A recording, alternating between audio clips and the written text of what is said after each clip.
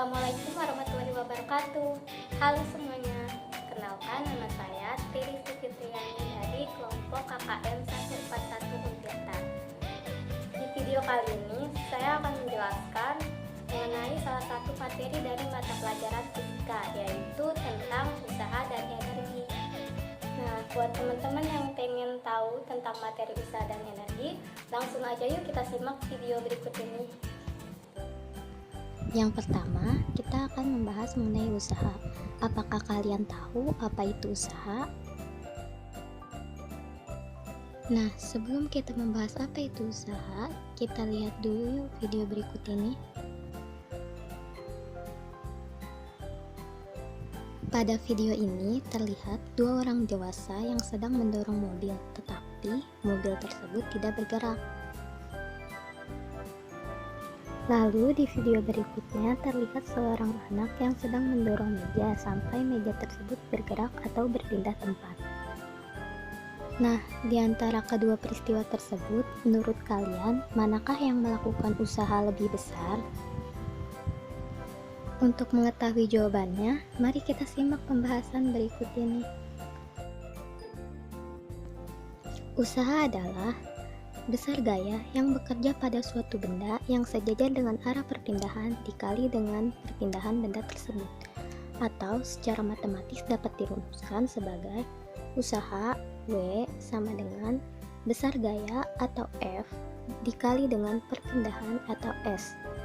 W sama dengan F kali S, di mana W adalah usaha satuannya Joule, F adalah gaya satuannya Newton, dan S adalah perpindahan satuannya meter. Contoh soal, seorang pedagang mendorong gerobak dengan gaya sebesar 10 Newton seperti pada gambar.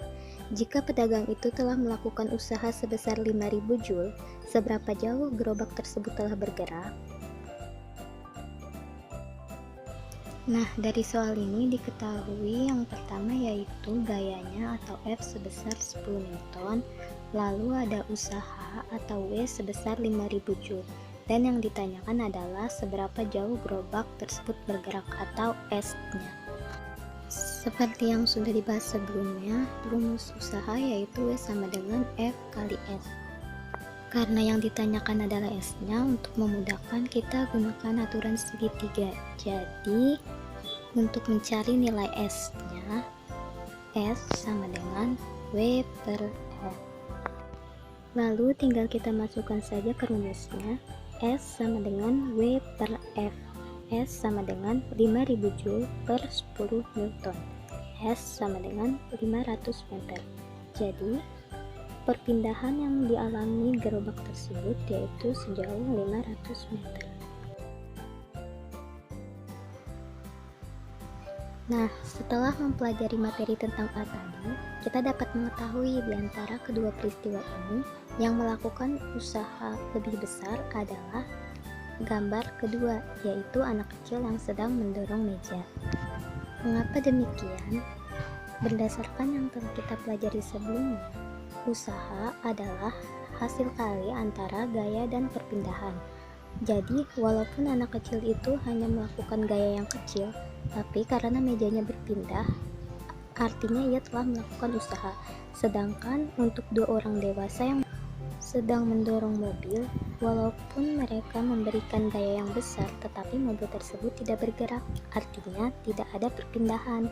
Karena tidak ada perpindahan, berarti usaha yang mereka lakukan nilainya 0 atau tidak ada usaha yang dilakukan.